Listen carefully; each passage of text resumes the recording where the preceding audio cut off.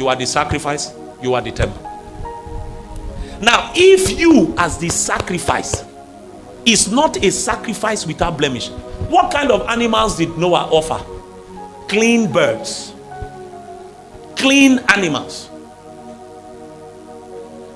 So if you lie on that altar, because remember, you offer the sacrifice of your time. But in offering the sacrifice of your time, you must offer yourself first. That here I am, Lord. I'm making a commitment that I will stand with you in prayer for my territory, for my family, for the kingdom. And you put yourself on the altar as a sacrifice, saying, Lord, let my life become a portal so that your will be established in my generation. If the sacrifice of yourself is not a clean animal, is not a clean bird, what you will raise from that altar will be a stench. And remember, if it is not a sweet smelling savour, there is no favor and there is no divine assistance. This is why many people are praying, but they can't move the hand of God. They are offering incense, but it's ascending from here as a stinking, smelling odor. And remember, what do odors attract? Judgment. Are you with me? So how do I identify if I am a sacrifice that is a clean animal? I'll give you one scripture because my time is gone. Matthew chapter 15 verse 16. Matthew chapter 15 and verse 16. So Jesus said, are you also still without understanding? Yes, next verse. Do you not yet understand that whatever enters the mouth goes into the stomach and it comes out through the buttocks? It's eliminated. Next verse. But those things which proceed out of the mouth come from where?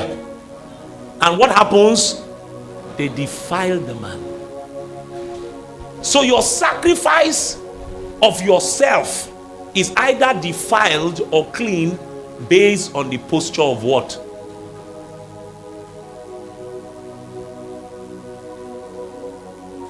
If your heart has been captured by all kinds of... You know that this is why people are suffering the plague of prayerlessness. Their hearts. There's too much merchandise of Satan going on there. And I've told you before that when we speak about the heart, even though I'm touching here now, it's not this thing beating in my chest. What did I say the heart is? Marvis, what did I say the heart is? When the Bible speaks about heart, what is it? I've taught us here before. No. I said the heart is the soul. Man is spirit, soul, and body. When the Bible speaks about the heart, theologically, heart represents soul. So things have captured the man's soul that does not allow his heart offer words that can move the hand of God. This is why many people's prayer lives, prayer altars are impotent. If you wanted to title this tonight, you will call it a living prayer altar. A living prayer altar. So if your altar is going to perpetually be offering sweet fragrance, the kind that Noah offered, that God now stretched forth his hand and said, I will never again. Never again. This is what made men like Idaosa very powerful. They had something in secret with God, that when they came out in public, God was not ashamed to associate with them. Go further. Go to verse 19. So you see many things. 19. For out of the mouth, heart proceeds what? A man does not decide to kill somebody just accidentally. A murderer is first a murderer where? His heart. When a colleague in the office does something and you say, hey, if you see him, you're not going to know say if you do it like that, because the face does not show what is in the heart.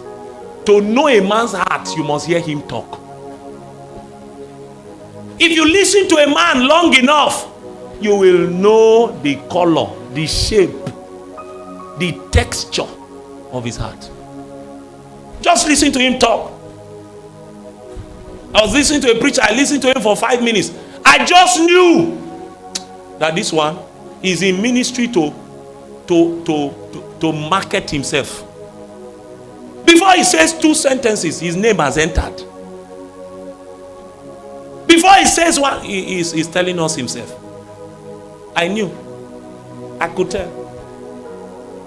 Listen to a young man for 2 minutes. You will know that Mammon is his God. Listen to our worship songs for 5 minutes in church.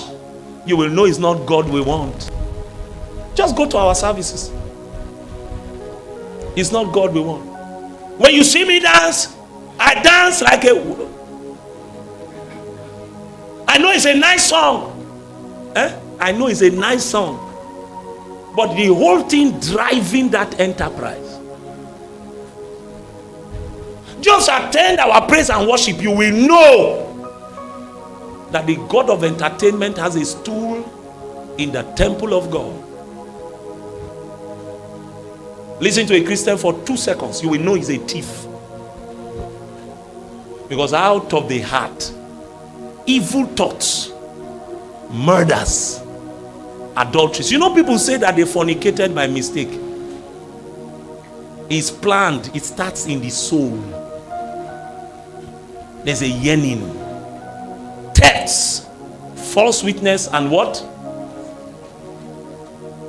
If your altar is going to be living such that every time you appear at that place, a sweet aroma rises into the nostrils of God. God cannot ignore such an altar. He will be coming regularly. That your time for prayer is 12 a.m. As it's approaching 12 a.m., you don't need your phone alarm. There is life at the altar. It's like a raging fire. It wakes you. You will just see yourself in your subconscious. You might even be having a dream, and God will be telling you, it's time. I'm waiting. There's such intimacy, such love, such depth. You don't go to prayer because you are hungry. You go there because you know it's another opportunity for divine disclosures. It's between me and the one whom my heart loves. Many of you are not enjoying your prayer life now because the altar is faulty. Your heart is corrupted. So now that you know what a living altar looks like, pray for 1 minute. God, give me a living altar. Pray for 1 minute. We are behind time. Pray for 1 minute. Pray for 1 minute. Be serious. I don't know what God has told you in this opening of this teaching. We will go further next week. We are taking our time. We are not in a hurry. At least by now, if somebody meets you on the road and says, what is a prayer altar? You can tell them. You can tell them what it means to have a living prayer altar.